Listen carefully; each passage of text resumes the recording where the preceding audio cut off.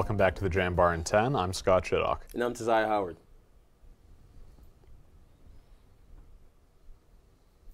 In the past 20 years, there have been many changes to Youngstown. Before Black Monday in 1977, Youngstown was a thriving community with many attractions. These include Idora Park, an amusement park located in Youngstown that operated for 85 years before a fire partially destroyed the park in 1984, forcing its closure. Youngstown was also home to the Tomorrow Club, a theater that showcased major musical acts, including Joe Walsh of the Eagles, Tom Petty and the Heartbreakers, and AC/DC. However, in the past year alone, several local restaurants and bars have opened, including Bull and Bear Neighborhood Grill and Tavern and Bistro 1907, which has been rebranded to Casa di Canzonetta. Youngstown State University saw a 44% increase in students from around the world. Contributors Nicholas Bianco and Tala Al-Sharif have more.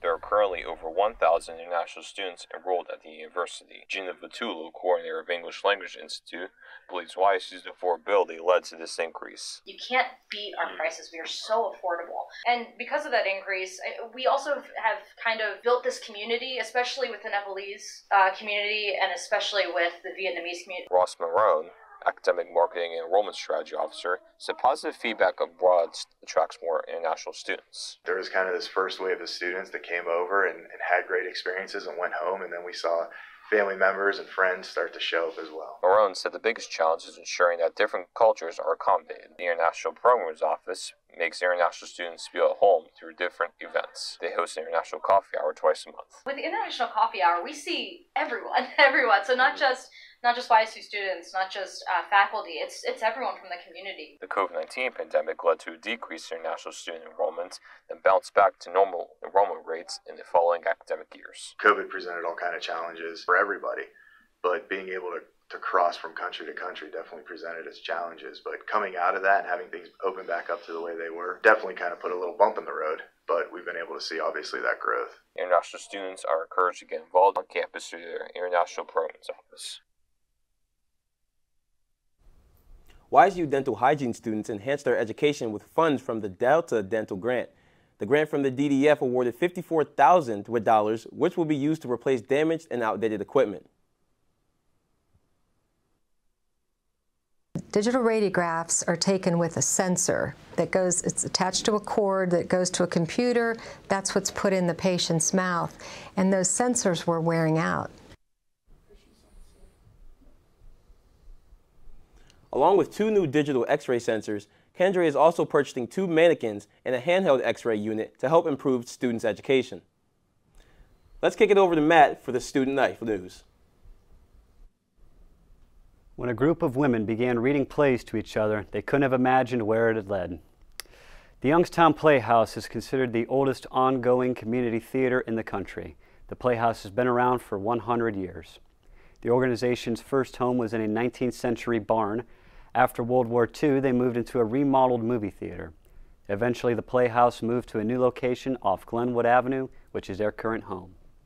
The Playhouse kicked off the centennial season with Beautiful, the Carole King musical, in August with Broadway talent and Youngstown native Michael Moritz Jr. behind the curtain. The Youngstown Playhouse is also running a program that allows it to give away free tickets for students and families during the 100th season. Though the centennial season has already began, there are still many amazing shows coming up, such as The Lightning Thief, a Percy Jackson musical in Oklahoma. Students at Cliffe College of Creative Arts are getting career ready.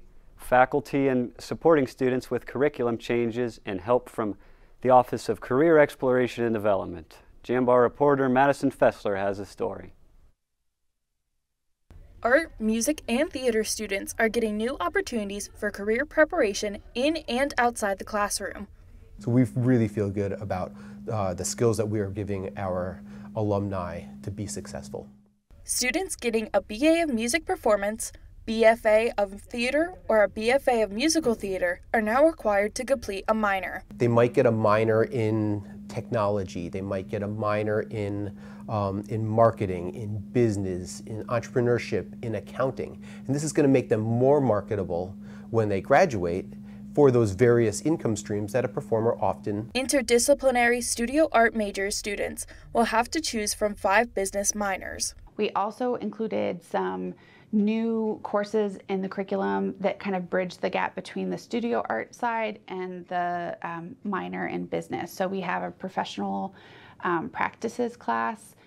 We have a community engagement internship for students, and we also have a writing for artists. Outside the classroom, the college's resident career coordinator, Lily Horvat, is hosting a free professional development lecture series. All day Wednesday, I have open office hours where students can come by and ask me either short questions, have an appointment with me, or anything like that about their career development. We offer resume and cover letter reviews, LinkedIn reviews, and networking tips.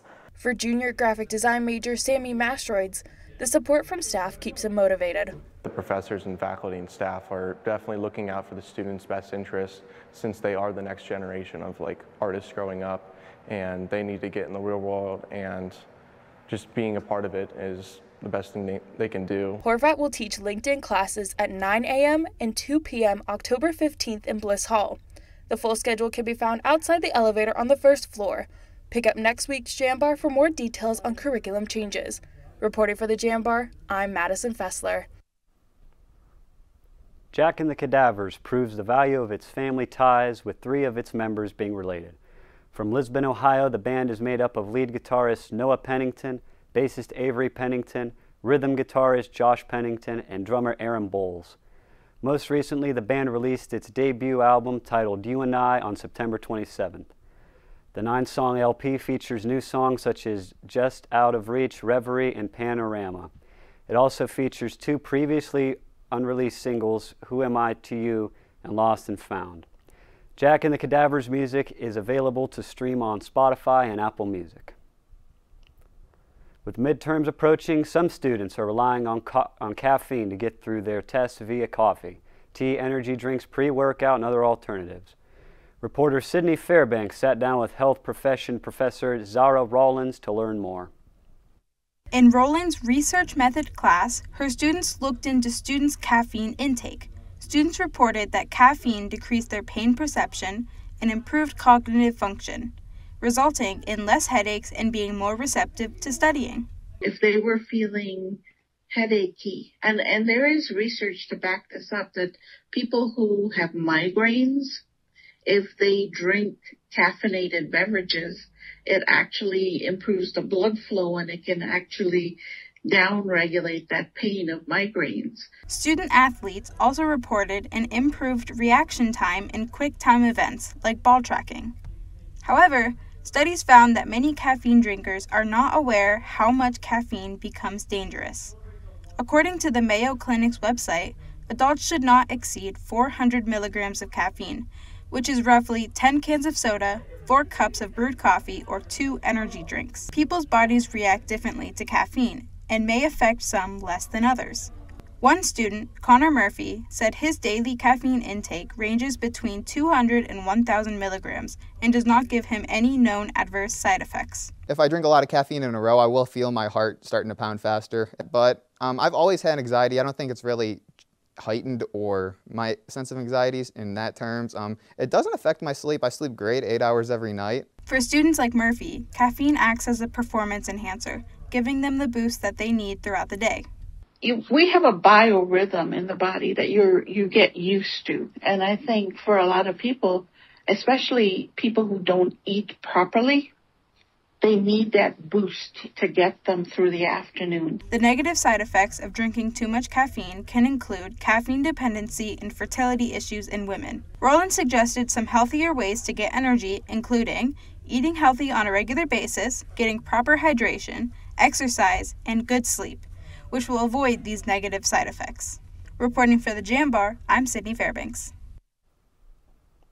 That's all we got for our student life update. Let's kick it back over to Zaya and Scott for the end of the show. Thanks, Matt. That's all we have for you for this edition of the Jambar in 10. We'll see you next week. Stay safe, Penguins.